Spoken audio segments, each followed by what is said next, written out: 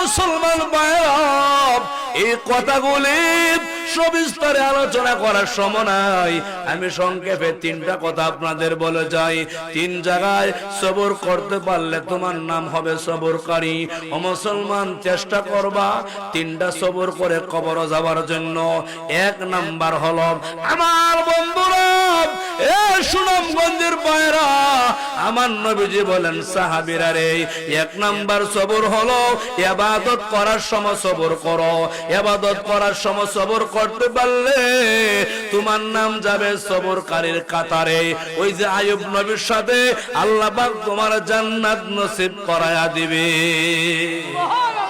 আমার মুসলমান, ইবাদত করার সময় সবর, তার ব্যাখ্যা উলামায়ে কারাম অনেক আনছে ভাই। সংক্ষেপে কয়েকটা কথা বলি। এক নাম্বার হলো, আপনারা যারা মাহফিলের ভিতরে বসা আছেন, প্যান্ডেলের নিচে মোটামুটি জমিন থেকে ঠান্ডা উঠতেছে রে ভাই, আকাশ থেকে কুয়াশার প্রভাব পড়তেছে, মোটামুটি কষ্টের মধ্যে আপনারা আছেন। আপনারা চেয়ারও বসেন নাই, আপনারা সুবার মধ্যে বসেন নাই, আপনারা জমিনে বসা, মোটামুটি আপনাদের কষ্ট। মনে মনে প্রতিজ্ঞা, আল্লাহ গো, কষ্ট হলেও ওয়াজ থেকে বাড়ি যাব না, মাহফিল শেষ না করে বাড়ি যাব না। ওগো আমার আল্লাহ, যতই কষ্ট হোক না কেন সবর করলাম গো, আলোচনা শুনবই শুনবো।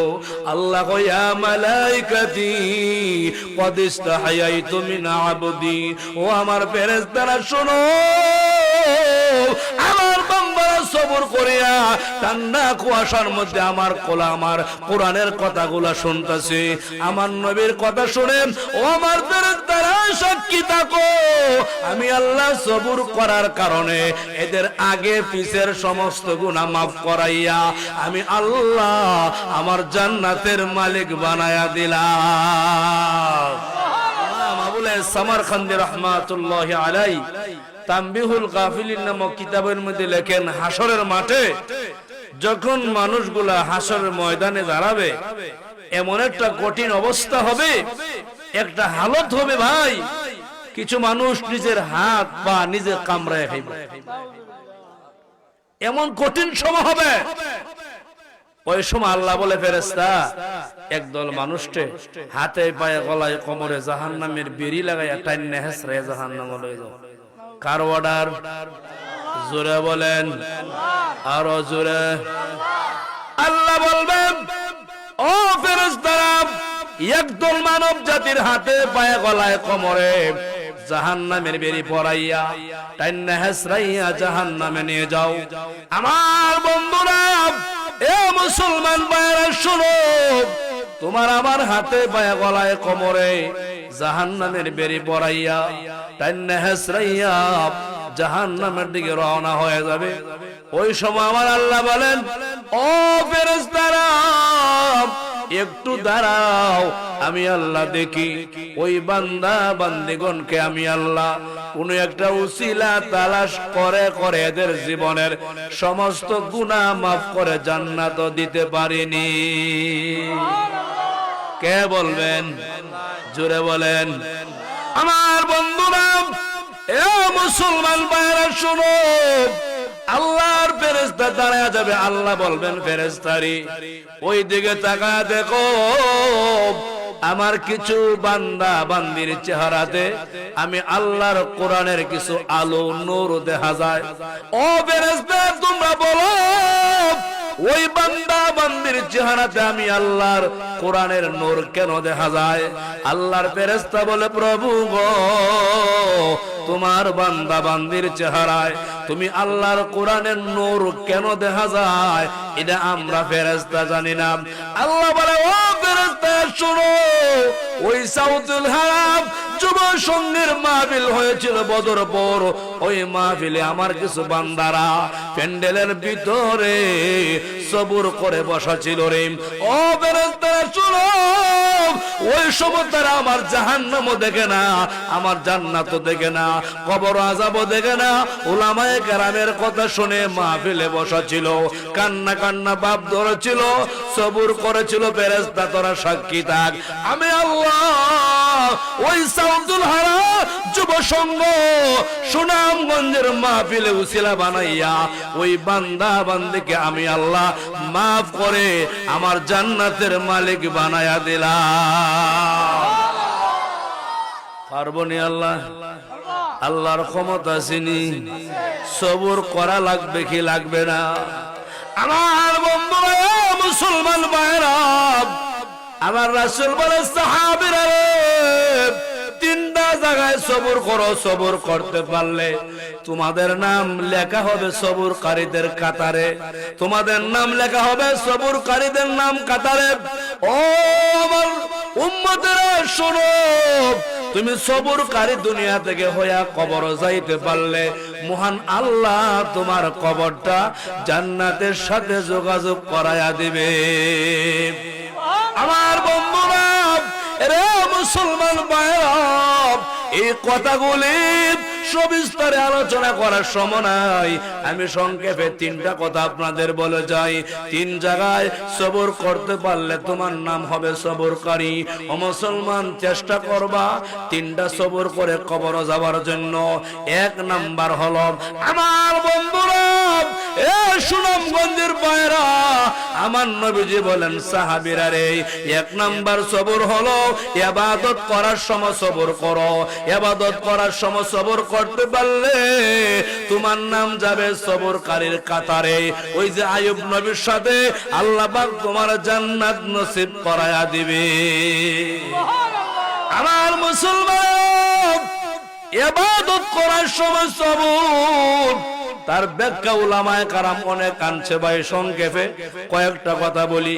এক নাম্বার হলো, আপনারা যারা মাহফিলের ভিতরে বসা আছেন, প্যান্ডেলের নিচে মোটামুটি জমিন থেকে ঠান্ডা উঠতেছে রে ভাই, আকাশ থেকে কুয়াশার প্রভাব পড়তেছে, মোটামুটি কষ্টের মধ্যে আপনারা আছেন। আপনারা চেয়ারও বসেন নাই, আপনারা সুবার মধ্যে বসেন নাই, আপনারা জমিনে বসা, মোটামুটি আপনাদের কষ্ট।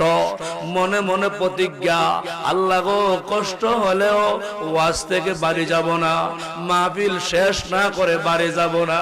ওগো আমার আল্লাহ, যতই কষ্ট হোক না কেন সবর করলাম গো, আলোচনা শুনবই শুনবো। আল্লাহ কয়া মালাইকাতি কদ ইস্তাহায়াইতু মিন আবদি, ও আমার ফেরেশতারা শোনো, আমার বান্দারা সবর করিয়া ঠান্ডা কুয়াশার মধ্যে আমার কোলা আমার কোরআনের কথাগুলা শুনতেছে, আমার নবীর কথা শুনে, ও আমার ফেরেশতারা সাক্ষী থাকো, আমি আল্লাহ সবর করার কারণে এদের আগে পিছের সমস্ত গুনাহ মাফ করাইয়া আমি আল্লাহ আমার জান্নাতের মালিক বানায়া দিলাম। এটার ভিতরে ভাই একটা ঘন্টার আলোচনার সময় কম, বেশি লম্বা সময় দেওয়ার টাইম নাই আজকে আমার। আমার বন্ধু মুসলমান ভাইরা, এক নাম্বার হলো ইবাদত করার সময় সবর করো। এই যে আজকে মসজিদের মাহফিল ও যুবক সমাজের মাহফিল, এই মসজিদে 5 ওয়াক্ত যায় নামাজ পড়ে গো, অবশ্যই জামাতে শরীক হইতে যায় কষ্ট হয় কি হয় না? আপনারা বলেন, ফজরের নামাজের আজান হয়ে গেলে ঠান্ডা কুয়াশা কম্বলে আপনারা ছাড়ে না? কম্বল বড় মজা। আল্লাহ গো ফেরেশতা, ওই কলিমুদ্দিন সলিমুদ্দিন আলিমুদ্দিন বদরপুর সুনামগঞ্জ বাড়ি, যত কুয়াশা হোক না কেন রে আমার বান্দারা ফজরের নামাজ কাজা করে না, জামাতও ছাড়ে না, সবর করিয়া কুয়াশার মধ্যে ওই ঠান্ডা পানি দিয়া উযু বানায়। আমি আল্লাহরে খুশি করার জন্য আল্লাহু আকবার বলে নামাজও দাঁড়ায়া যায়। ও আমার ফেরেশতারা কি থাকো, আমি আল্লাহ এই কুয়াশার মধ্যে আমার বান্দারা আমারে খুশি করার লাগে নামাজের মধ্যে যায়, কষ্ট হলেও সবর করে। ফেরেশতারে সাক্ষী থাক, আমি আল্লাহ এদেরকে মাফ করে দিলাম। মাফ চাই কি চাই না? জোরে কোন? এ মুসলমানেরা একটু মন দিয়ে কথা শুনবেন। সবর হইল কয়টা কইছি? জোরে কোন? আর জোরে? তিনটা সবরের ভিতরে আমি শহীদুল্লাহ 3 ঘন্টার আলোচনা করি ভাই, কিন্তু আজকে আমি আপনাদের সামনে সবিস্তারে আমি ব্যাখ্যা মধ্যে যাব না, শুধু শিরোনাম বলে যাই। 1 নাম্বার ইবাদত করার সময় সবর। সমস্ত ইবাদত করতে অন্তরে কিছু না কিছু কষ্ট লাগে, যেমন ইবাদতে মালিক, ইবাদতে বাদানি, ইবাদতে মালি হলো মুসলমানেরা মসজিদে কিছু না কিছু দান খরাত করা লাগে। জোরে কোন এমন আছে আপনাদের বদরপুর সুনামগঞ্জ টাকার পাহাড় গো, মসজিদে টাকা দিতে পারে না, তার মানে সবর করতে জানে না। আমার টাকা কমে যাবে কষ্ট, ও আল্লাহর গোলাম বরদাস্ত করতে পারে না, ওই লোকটাকে সবরকারী বলা যাবে? কথা বুঝেননি আমার? বাঙ্গা গলা কিছু কথা বলবো, মাইকটা দুর্বল রে ভাই। আমার বন্ধুরা মুসলমান শুনো, 1 নাম্বার হলো ইবাদত করার সময় সবর করো রে। 2 নাম্বার হলো আমার নবীজি বলেন, ওরে আমার সাহাবীরা, 2 নাম্বার সবর হলো গুনাহ ছাড়বার সময় সবর করো। আমরা যারা বসা আছি ভাই, চতুর্পাশে আমরা যারা আছি বাইরে, ও ভাই মুসলমান, কিভাবে যাবে তোমার সাথে ঈমান? তোমার তো কার্যকলাপ ভালো না, আমানতদারিতা নাই, তোমার মধ্যে পর্দা নাই, তোমার মধ্যে আমার নবীর সুন্নত নাই, তোমার মধ্যে আল্লাহর কোরআন নাই, শুধু আছে আধুনিক আর ডিজিটাল, আরো আছে বর্তমান প্রেক্ষাপটে তোমার কাছে গান বাদ্যযন্ত্র, আরো আছে তোমার কাছে বেগানা মহিলার ছবি, নাচ গান। এর মুসলমান খোদার কসম খায়া বলে যায়, এগুলা ডিলেট না করলে ফাংশনটা ডিলেট না দিলে, নবীর তরিকা কলিজার মধ্যে ভালোবাসা না লাগাইলে, আল্লাহর কোরআনের প্রেম না লাগাইলে, আমলের সাথে সম্পর্ক না করলে ভাই মুসলমান জাহান্নাম ছাড়া উপায় নাই। জোরে বল ঠিক কিনা? 2 নাম্বার সবর হলো, এর মুসলমান শুনো, আমার রাসূল বলে সাহাবীরা গুনাহ ছাড়বার সময় সবর করো। এখানে উলামায়ে কারাম মুফাসসিরিনে কেরাম একটা ঘটনা আনছে, তার ঘটনা হলো ভাই বুখারী শরীফের ঘটনা। আপনারা আমরা কইলে কয়া লাইতামনি, সবাই যে কয় না, ও ভাই সাহেব কইতামনি। বুখারী শরীফের ঘটনা, এক ব্যক্তির নাম ছিল জালেম কিফিল। জালেম কিফিল বড় ধনী মানুষ ছিল, টাকা পয়সার অভাব নাই। তার বাড়ির পাশে একজন মহিলা, স্বামী দিনের দাওয়াতে কোথায় যেন চলে গেছে। 3 সদস্য সংসার, মা আর সন্তান 3 জন, মোট 4 সদস্য। মা কিছুদিন চলে গেল, স্বামীর টাকা সম্পদ খেয়ে শেষ হয়ে গেল রে, আর কিছু নাই, অভাব অনটন সংসার। মহিলা উপায় নাই, অনুপায় জালেম কিফিলের বাড়ি গেল, গিয়া বলে, জালেম কিফিল ভাই, আমার 3টা সন্তান নিয়ে বড় কষ্টে আছি গো, আমার স্বামী দাওয়াতের কাজে চলে গেছে, আপনি মেহেরবানি করে গো আমাকে কিছু টাকা ধার দাও, 500 টাকা ধার দাও, কর্জা দাও, আমার স্বামী আসলে ফিরাইয়া দিব। কিন্তু জালেম কিফিলের চরিত্র ভালো ছিল না, আখলাক ভালো ছিল না, মনোভাব তার চরিত্র ভালো ছিল না। এরা মুসলমান ভাই শুনো, জালেম কিফিল মহিলার দিকে তাকাইয়া অন্তর ভাবনা পরিবর্তন হয়ে গেছে। ডাক দে বলে, মহিলা গো, টাকা দিব, তবে আমার অন্তরে একটা বাসনা পুরা করবানি, চাহিদা পুরা করবানি। আমার বন্ধুরা, এ মুসলমান ভাইরা, আল্লাহর বান্দী চোখের পানি ছেড়ে কান্না আরম্ভ করে দিল, চোখের পানি দিয়া গাল বেবে এরকম কান্না শুরু করে দিল। আর আল্লাহর দরবারে বলে, আল্লাহ গো, আমি মহিলা কোনদিন গুনাহ করি না, আমি কোনদিন বেবিচার করি না। জালেম কিফিল আমাকে কুপ্রস্তাব দিল রে মালিক। ওগো আল্লাহ, আমি তোমার কাছে সাহায্য কামনা করি। আমার বন্ধুরা মহিলা চলে গেল, টাকাও নিল না, দাঁড় নিল না, চলে গেল। বাড়ির সামনে গেল, বাড়ির পাছনে তাইকা ঘরের ভিতরের শব্দগুলা শুনতেছিল রে ভাই। বড় সন্তানটাকে ছোট দুইটা সন্তান ডাক দিয়া বলে, এরে আমার বড় ভাই, ইদার যন্ত্রণা সহ্য করতে পারি না, কলিজা পাটিয়া যায়।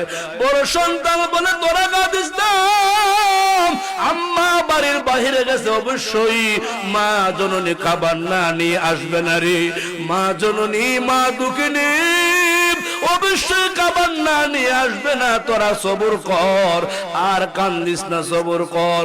মা দুঃখিনী এই শব্দগুলা শুনে কলেজার মধ্যে আঘাত লাগলো রে ভাই। আর বাড়ির সামনে যায় না, সন্তানের সম্মুখেও যায় না, একটু আড়াল থেকে চৌকের পানি কাপড়ে আঁচল দিয়ে মুছে আর খান্দে, খুদা গো আমি কেমনে গো খালি হাতে সন্তানের সামনে যায়, ও আমার মালিক আমি কেমন করে গো আমি খালি হাতে আমার সন্তানের সামনে যাই। এক কদম সামনে যায় আর এক কদম পাছন দিকে যায়, এমনি করে কান্না করতে আরম্ভ করে দিল। আল্লাহর বান্দি, এরে ভাই মুসলমান সামনে যায় না, অনেকক্ষণ পর্যন্ত একই স্থানে দাঁড়ায় আছে। কিছুক্ষণ পরে সিদ্ধান্ত নিল, আমি জালিমের কথায় রাজি, তারপরেও সন্তানের সামনে খালি হাতে যাব না। আরে মুসলমান, তুমি তোমার বউ, তোমার সুন্দরের বসে স্ত্রী নিয়ে অন্য রুমে ভালা ভালা খাবার খাও, তোমার মা অন্য রুমে খাবার নাই, চটপট করে আল্লাহর কসম এর যুবক ঘরের ভিতরে গিয়া দুইটা কলম দিয়ে লেখা রাখবে, এর যুবক মারে কষ্ট দিবা, তোর কপাল বড় খারাপ, কপাল বড় খারাপ রে। আমি তোর পায়ে হাত দিয়া বলে যাই, আমি শহীদুল্লাহ তোর পায়ে ধরে যুবক, মারে কষ্ট দিবে না, বাবারে কষ্ট দিবে না। তোর আব্বা মা তোর প্রতি খুশি হয়ে গেলে মহান আল্লাহ খুশি হয়ে যাব, আব্বা মা নারাজ হয়ে গেলে তোর কপাল খারাপ, জাহান্নাম ছাড়া উপায় নাই, ঠিক কিনা? মা এমন একটা নাম, মা যে মা জীবনে গুনাহ করে না, কিন্তু সন্তানের জন্য ওই জালেম কিফিলের প্রস্তাবে রাজি হয়ে গেছে। একটু গভীর মন, ও যুবক ভাই, একটু গভীর মন দিয়ে কথাগুলা শ্রবণ করো, শুনো রে ভাই। জালেম কিফিলের বাড়ি গেল, গিয়া বলে, জালেম কিফিল ভাই, আমি তোমার প্রস্তাবে রাজি, আমাকে 500 টাকা আপনি ধার দাও। 500 টাকা ধার নিয়া জালেম কিফিল, ও মুসলমান আমার বন্ধুরা, এরে যুবক বন্ধুরা শুনো, 500 টাকা ধার নিয়া জালেম কিফিল এর কাছ থেকে মহিলা বাজারে গেল, সদাই করে সন্তানের হাসি মুখ দেখে আনন্দে আত্মহারা, কিন্তু কলিজার মধ্যে বড় ব্যথা, আজ রাতে আমার চরিত্র হরণ করা হবে রে। আল্লাহর বান্দি চোখ দিয়ে গড় গড় করে পানি পড়ে। সন্তান বলে, মা গো, ও মা তুমি কান্দো কেন গো, আমাকে বলো। মা বলে, বাবা রে, বুঝবে না আমি কেন কান্দি, বুঝবে না। এই কথা বলে রাত্রে কবিরে জালেম কিফিলের বাড়ি মহিলা চলে গেছে, দরজা জানালা সব বন্ধ হয়ে গেছে। জালেম কিফিল নিজে অবস্ত্র হয়ে গেছে, উলঙ্গ হয়ে গেছে। এক কদম দুই কদম মহিলার সামনে আগাইতে আরম্ভ করে দিছে। আল্লাহর বান্দির সম্মুখে গিয়া জালেম কিফিল টাকা দেখা, আল্লাহর বান্দির দুই চোখ দিয়া ঝর্ণার মতন পানি পড়ে গো, তর তর করে মহিলা কাঁপতেছে। জালেম কিফিল বলে, মহিলা গো, আমি তো তোমাকে জোরে আনি নাই, বাধ্য করে আনি নাই, তুমি নিজে বাধ্য হয়ে আসলা। আরে আল্লাহর বান্দী, এমনি করে কান্দো কেন গো? আল্লাহর বান্দী আবার সুযোগে একটা কথা বলে দিল, জালেম এরে কিফিল ভাই, আমার গায়ে জীবনে কোনোদিন গুনার কলঙ্ক দাগ আমি লাগাই না। এ কিফিল ভাই, এই যে আমি এখন তোমার সাথে জিনা জড়িত হয়ে যাব, আমার একটাই ভয়, আমার মহান আল্লাহর কাছে আমি কেমনে জবাব দিব রে, আমি কেমনে করে আল্লাহর দরবারে জবাব দিব। এই বয়ে আমার চোখ দিয়া পানি বলে সারা শরীর তর তর করে গুনার বয়ে কাঁপতেছে। জালিমকে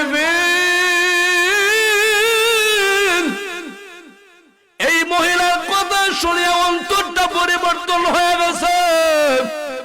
এবার ডাক দেওয়ার মহিলা গো, যাও যাও, তোমারে মাফ করে দিলাম, তুমি চলে যাও, টাকার পাল্টায় আমার ফেরত দেওয়া লাগবে না। ও মহিলা, একদিন গুনাহ করতে পারো না আল্লাহর ভয়ে? আমি আমার জীবনে লক্ষ লক্ষ গুনাহ করেছি, একদিন তো চোখের পানি আসে না। এরে ভাই মুসলমান, তুমি তোমার প্রশ্ন করো, গুনাহ করার সময় তোমার কলেজা কতটুকু ব্যথা লাগে, চোখ দিয়া পানি আসে কিনা? যদি পরিবর্তন তোমার লাগে না, তুমি বুঝা নাও তোমার মধ্যে ঈমানের লেশ নাই, তোমার মধ্যে আল্লাহর ভয় নাই। এ মুসলমান ভাই, আমি তোর পায়ে হাত দিয়া বলে যাই, তুই একবার চিন্তা করে বল না, আল্লাহ ছাড়া দুনিয়াতে ভয় করার মতন তো আর কেউ নাই, ঠিক কিনা? জোরে বলো ঠিক কিনা? আরে মুসলমান ভাই, জালেম কিফিল গোসল করে উযু করে নামাজের মুসল্লায় দাঁড়ায় গেল। আল্লাহু আকবার। নামাজের মধ্যে দাঁড়ায়া কান্না শুরু করে দিল, প্রভু গো, ওগো আমার প্রভু, ওই আল্লাহর বান্দী জীবনে একটা গুনাহ করে না, চোখের পানি ছেড়ে ছেড়ে কান্দে গো আল্লাহ, আমি কিফিল জীবনে কত না গুনাহ করলাম, আল্লাহ গো আমার জানে কি কষ্ট হবে মরণের সময়, আমার জানি কবরে কেমন আযাব হবে গো, আমি জানি কত বড় জাহান্নামী হয়ে গেছি। এই কথা বলে আর চোখের পানি ছেড়ে ছেড়ে কাঁদতেছে। আল্লাহর খেলা যায় না বুঝাও মুসলমান ভাই, আল্লাহর গোলামের ফজরের নামাজের আগেই মরণ হয়ে গেছে, আজরাইলে নিয়ে গেছে। এবার এলাকার মানুষ সকালবেলা বলে, বড় ভালোই হলো জালেম কিফিল নাকি মারা গেছে, বড় ভালোই হলো কিফিল বড় খারাপ মানুষটা মারা গেছে। আমার আল্লাহর কুদরতে খেলা যায় না বুঝাও, তার ঘরের দরজার মধ্যে একটা গায়বী লেখা আল্লাহ উঠায়া দিছে, কদ গফরাল্লাহু লিল কিফিল, কদ গফরাল্লাহু লিল কিফিল। এলাকার মানুষ সাবধান, আমার কিফিল কেউ গালে দিও না, আমার কিফিল ওই রাত্রে গভীরে গুনাহ করতে পারে, তারপরে গুনাহ করে না, সবুর করে গুনাহ ছাইরা দিছে আমি আল্লাহ, এই জন্য তারা মাফ করিয়া ইমানদার বানাইয়া ওলির দফতরে নামটা উঠাইয়া আমি আল্লাহ কিফিল জান্নাতে বানাইয়া দিছি। আমি আপনাদের বলে যাই, আমরা যে যে হালতের মধ্যে বর্তমানে আছি, আজকে সাউতুল হেরা যুব সংঘের মাহফিল থেকে তওবা করো, আর জীবনে গুনাহ করব না। হাত তুলে বলো, আর গুনাহ করব না। পারবো না ইনশাআল্লাহ। আল্লাহ আমাদের মাফ করো, সকলে বলে আমিন। মুসলমান ভাই শোনো, আমার কপাল আজকে ভালো না, আপনাদের কপালটা ভালো না, 11টার পরে সময় দেওয়া সম্ভব না। আমার মুসলমান ভাই, রিল্যাক্সে আইলে রিল্যাক্সে সময় দিতে পারি, ও ভাই সামনে অনেক কথা আপনাদের নিয়ে সামনে যাই। মুমিন মুসলমান সবর করবা 3 জায়গায়। 1 নাম্বার ইবাদত করার সময়, 2 নাম্বার গুনাহ ছাড়বার সময়। এই যে জালেম গিফিল গুনাহ ছাইরা দিল, আল্লাহ মাফ করিয়া দিছে। এই মাঠে ময়দানে এমন যুবক আছে প্রতি রাত্রে গভীরে কম্বলের নিচে মোবাইলটা নিয়া আপনার বেগানা মহিলার সাথে কথা না বললে তোমার ঘুমে ধরে না। এরা যুবক ভাই কষ্ট নিও না। বর্তমান প্রেক্ষাপটে কয়েকটা কথা বলে যাই, তোমরা আমারে মাফ করে দিও। এমন ওই এলাকার যুবতী বোন আছে রে ভাই, পরকীয়া প্রেমের মধ্যে জড়িত। এমন যুবক ভাই তুমি আছো ব্যবসা করো, ওজনে কম না দিলে তোমার ভালো লাগে না। এমন ভাই তুমি আছো সমাজে মিথ্যা কথা না বললে তোমার ভালো লাগে না। শাস্ত্রে বৈশা বৈশা বাদান না কিরণ মালা না দেখলে তোমার মজা লাগে না। এরে ভাই মুসলমান শোনো, ভালো করে শুনিয়ে যাও। এমন যুবক তুমি আছো রে, খালাতো ভাই, মামাতো ভাই, ফুফাতো ভাই, চাচাতো ভাই, এরকম সম্বন্ধ মহিলার সাথে পিটিস না করলে তোমার মজা লাগে না। বাবির সাথে কথা না বললে মজা লাগে না। খালাতো বোনের সাথে কথা না বললে ঘুমে ধরে না। এরে যুবক ভাই তোরে পা ধরে বলে যায় এটা কবিরা গুনাহ, কবিরা গুনাহ। এই গুনাহ না ছাড়লে নামাজের মজা নাই, তোমার কোরআন তেলাওয়াতে মজা নাই, ইবাদত বন্দেগীর মধ্যে মজা নাই। ও ভাই সমস্ত কবিরা গুনাহ ছেড়িয়া দাও, তোমার প্রত্যেকটা আমলে মজা আর মজা। চিল্লে বলো ঠিক কিনা? আমরা দেশে মন গুনাহ করে লোক আসেনি, স্বাভাবিক বুঝুন না। একবারে বিয়ার দিন বক্স সেট আইনিয়া চতুর্দিকে মহিলা পুরুষ লইয়া নাচানাচি গাওয়া গাওয়ি। ইটা আসেনি সুনামগঞ্জ? হুজুর আপনারা কোকা আসেনি? এইগুলা গুনাহ না সওয়াব? আরে সুনামগঞ্জের বয়াম, এই সুনামগঞ্জের বন্ধুরা, টাকা ইনকাম করো না, তোমার ভাই অথবা তোমার আব্বা বিদেশে বড় কষ্ট করে মাসের মাসে টাকা পাঠায়, তুমি টাকা দিয়া বক্সের গান বাজাও, কিরণ মালা বাদান্না বাজাও, কৌতুক বাজাও। বন্ধুরে সারা রাত ফেসবুক টানো টাকা দিয়া, তুমি কিন্তু ইনকাম করো না। ইনকাম করে তোমার আব্বা বিদেশ থেকে, ইনকাম করে তোমার ভাই, বড় ভাই বিদেশ থেকে। আরে মুসলমান তোমরা জানো না, আমি কয়েকটা কথা বলে যাই, যারা বিদেশ আছে রে এদের কলিজে আংরা হয়ে গেছে কষ্ট করতে করতে। মাও তার কাছে টাকা চায়, সুন্দর রূপসী বউ টাকাও চায়, আবার মাঝে মধ্যে আম্মা আব্বার বদনাম কয়া দেয়, বড় ভাইয়ের বদনাম কয়, ছোট ভাইয়ের বদনাম করে, ননদ ননদির বদনাম করে। এবং আমার মা, আমি তোমার পায়ে ধরে বলে যাই, যারা বিদেশ বাণিজ্য আছে গো মা, এমনি জান্ডা ছোট হয়ে গেছে, কলজাটা পুইরা আংরা আংরা হয়ে গেছে, সারাদিন মালিকের কাজ করতে করতে এতিমের মতন হয়ে গেছে। তুমি আমার বাড়ির থেকে মোবাইল ফোনে মাগো কাজ্জা লাগায়া ঝগড়া লাগায়া দিও না, অন্যের বদনাম করে দিও না, অযথা স্বামীকে কষ্ট দিও না গো মা। ও মা তুমি জানো না তুমি দেশে বড় আরামে আছো, বিদেশ বাণিজ্যে বড় কষ্ট, জোরে কোন ঠিক কিনা? এমন মহিলা আমাদের দেশে আসেনি?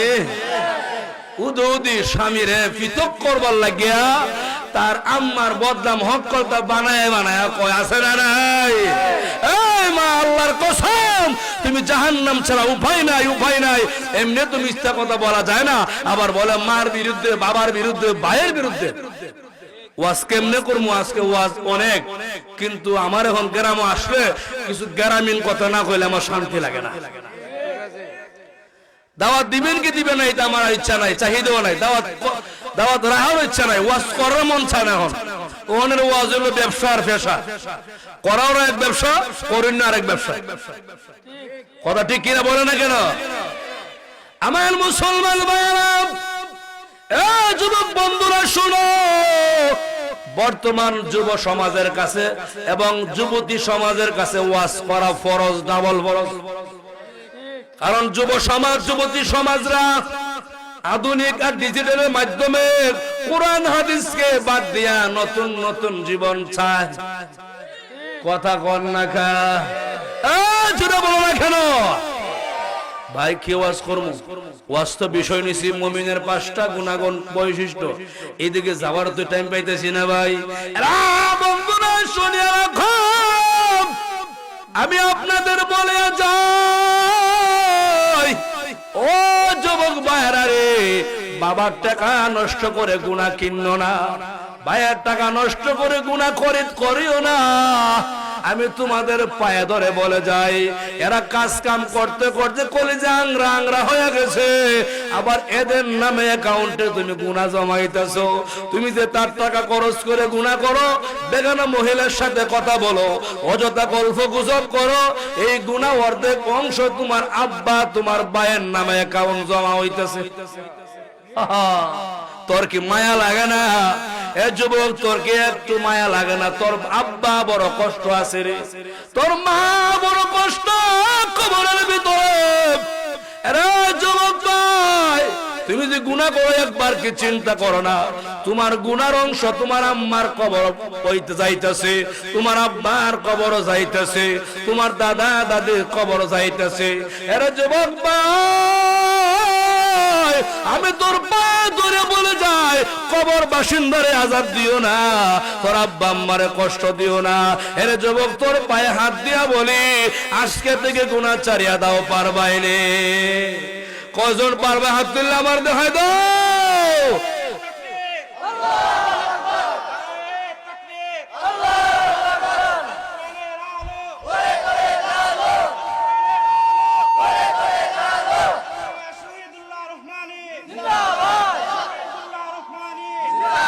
আমার ভাইয়েরা, কথাগুলো একটু আমরা শোনার চেষ্টা করে। এই 3টা বন্ধু আমরা বলছি, তোমরা আমার বন্ধু লাগো। আরে বন্ধু, তুমিও বলছো, তুমিও বন্ধু আমার। ছোট ভাই, তুমি আমার ভাই, বসো বসো বসো। হ্যাঁ, কেউ দাঁড়ালে আমার কষ্ট হয়। এখন থেকে আমার আপনারা মেহরবানি করে জিমনে আধা ঘন্টা সময় দিবেন, কেউ লড়বেন না। পারবেন তো ইনশাল্লাহ? পারবেন তো ইনশাল্লাহ? আমি আলোচনা করেছি, আলোচনা করব, উদ্দেশ্য করেছি সূরা আনফালের 2 নম্বর আয়াত থেকে 5টা গুণাগুণ। আজকে সম্ভব না, তবে কোনদিন এলাকাতে আসলে আমার আপনারা মনে করাই দিবেন, স্মরণ করাই দিবেন এই বিষয় ইনশাআল্লাহ। এই ডিসকালে এটা আটকান কেন? এটা সুফি সাহেব সাবধান গাইতে জায়গা, সাবধান। কি বলছিল সময় দেওয়ার লাগি? যার দাঁতে যে উঠবো যাতে ধরে দিবেন, পারবেন? উঠতে দিবেন না। কি একটা তামসা আইসই যায়, এটা একটা শয়তানে গুথায় যাস থাকে লাগে। আরে বেহুব বেহুব, এমনি ভালো ছেলে, শয়তানে গুতা মারছে জায়গা, আর যাইতো না ইনশাআল্লাহ। কোন মাশাআল্লাহ, আরো জোরে মাশাআল্লাহ। মুমিনের গুণ কড়া কইবে লে কইছি, একেবারে 5 নম্বরে যা মস্কা। 4টা বাকি থাকবো, প্রথম 4টা বাকি থাকবো, বখায়া আবার আইলে।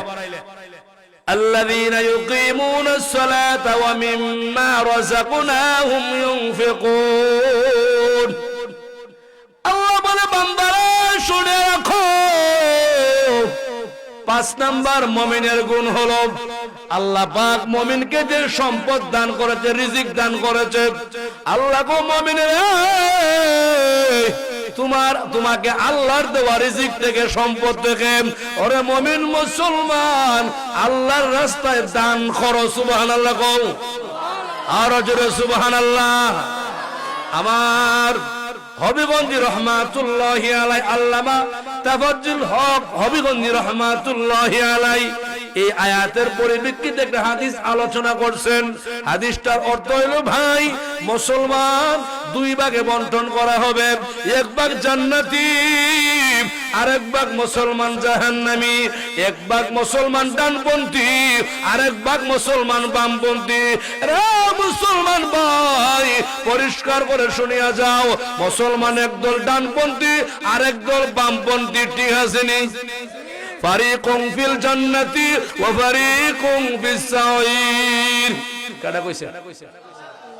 আল্লাহর কথার মধ্যে সন্দেহ আছে। আল্লাহ কোন কথা মিথ্যা কয়? এবার হুজুর কইতাছে, বিয়ার দিন আপনারা বদরপুর গ্রামে দেখবেন, বদরপুর গ্রামের একটা ছেলে বিয়া করতে রামপুর ইচ্ছা করছে। রামপুর আছে না একটা বিয়া আগামী সোমবারে সকালে বদরপুরে জামাই কয় ও বরযাত্রীরা তোমরা যাও গিয়ে আমার হর বয়ত খাই আয়া পর আমি যাইতাম না, শরীর ভালো না। আপনারা কৌকা জামাই যাইতো না, বরযাত্রী যাইব বিয়ার দিন, বিয়া হইছে না, খাওয়ান দিবনি, জুতার বাড়ি আছে নি? জামাই সারা বরযাত্রী মেয়ের বাড়িতে গেলে জুতার বাড়ি আছে নি? কথা কও না কা আমার মুসলমান ভাই। আল্লামা বেগঞ্জ রহমাতুল্লাহি আলাইহি বলেন জামাই গেল, বরযাত্রী গেল, এবার জামাইয়ের সামনে একটা খানচা, বড় খানচা মানে একটা বড় ডিশের মধ্যে আসছে একটা মুরগি দিলাইছে, আপনারা দেশে দেয় না? জামাই নাম হলো কলমউদ্দিন, একটু এমনি মোহনে আগা রুমাল দা মুখটা ডাইকা হ্যাঁ বয়ার খায় না, ফেডা কিন্তু খিদা আছে। এর ব্যাখ্যা দিছে হুজুরে আজকে 2 মাস ধরে বিয়ার কাজ কাম যায় জামালা কাট করন, কাট বাডন, দাওয়াত দেওয়ন, টাকা ইনকাম করন, ঘর সাজানো, ঘরের মধ্যে কাঠ পালং ডুহানো, বাড়ি আশেপাশে আঙ্গিনায় বাউন্ডারি দেওয়া, টিন দিয়া ফাতা ছাতা দিয়া, যে যেমন তো হয়ে গেছে, লেট্রিন টয়লেট ঠিক করা, নতুন বউ আইব, আমারে জানি কিতাব হইব, ওটা নিজে নিজে কাজ কাম করতেছে, এমন আছে না নাই? আওয়াজ কিন্তু জামাই মিয়া বিয়ার দিন খায় না, পেট কিদার কোনো অভাব নাই, মুখে রুমাল দিয়া বোয়া। আল্লামা বেগঞ্জ বলে মানুষ শোনো রে, ওই জামাই কেন খায় না? তার তাফসীর হলো মনে মনে কয় আমি আজকে খাওয়ার লাগে আইছি না, এই রামপুর কমলা বানরে বিয়া করবার লাগে আইছি, আমার নাম কলমউদ্দিন, বিয়া করম কমলা বানরে, বিয়া করে আমি লইয়া যাই মুগা বদরপুর, এরপরে ওর বাড়িত আইমু যাইমু খাইমু, কেউ বাধা দিত না। আজকে আমার খাওয়ান নাই, ঠিক কিনা?